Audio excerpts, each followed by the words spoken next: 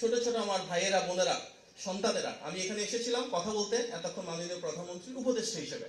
But of course তোমাদের যে বয়স, আমার ছেলে মেয়েরাও তোমাদের বয়সী, রাইট? সো আমি এখন কথা বলছি একজন অভিভাবক হিসাবে। আগামীর বাংলাদেশ আমরা কিভাবে দেখতে চাই? আমরা দেখতে চাই এমন একটা শিক্ষা ব্যবস্থা যেখানে শিক্ষা সত্যি হয়ে উঠবে জাতির মেরুদণ্ড। আমাদের এই বাংলাদেশকে যদি আমরা সমৃদ্ধ করতে চাই, স্বনির্ভর করতে চাই, তাহলে আমাদের সবচেয়ে যেটা গুরুত্বপূর্ণ সেটা হচ্ছে তোমাদেরকে সুনাগরিক হিসেবে গড়ে তোলা।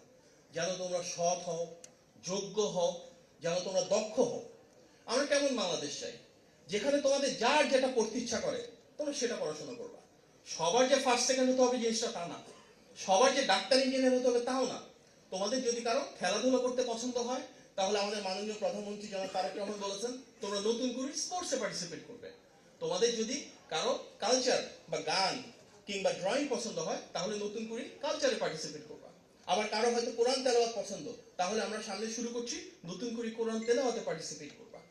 আমরা এমন বাংলাদেশ চাই যেখানে তোমরা তোমাদের স্কুল থেকে গ্লোবাল সিটিজেন হয়ে উঠবা। হয়তো বাংলা এবং ইংরেজি পড়াশোনা করছো এখন, তার সাথে কেউ জাপানিজ ভাষা শিখবা, কেউ কোরিয়ান ভাষা শিখবা, কেউ চাইনিজ ভাষা শিখবা, কেউ অ্যারাবিক ভাষা শিখবা।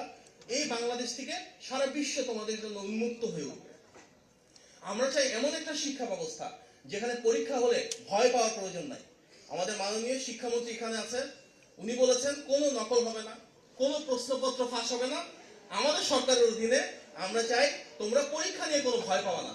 আমরা তোমাদের যেন আস্তে আস্তে মেধার বিকাশ ঘটে, তোমাদের সৃজনশীলতা তৈরি হয়, তোমাদের জীবনে যার যেটা করতে ভালো লাগে সরকার তোমাদেরকে সেই সুযোগটা করে দিতে হবে।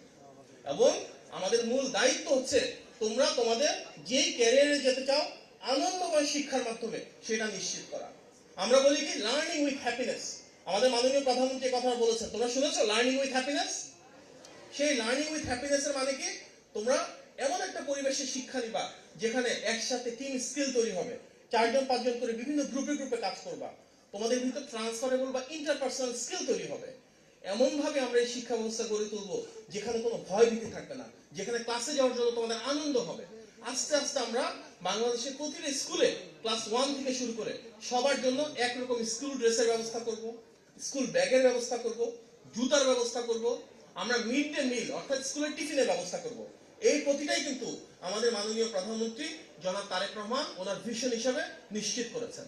এবং সেটা যদি করা যায় তাহলে আগামীর যে বাংলাদেশ, যে বাংলাদেশের সফলতা নির্ভর করবে তোমাদের উপর। তোমরা যত শক্তিশালী হবে বাংলাদেশ তত শক্তিশালী হবে।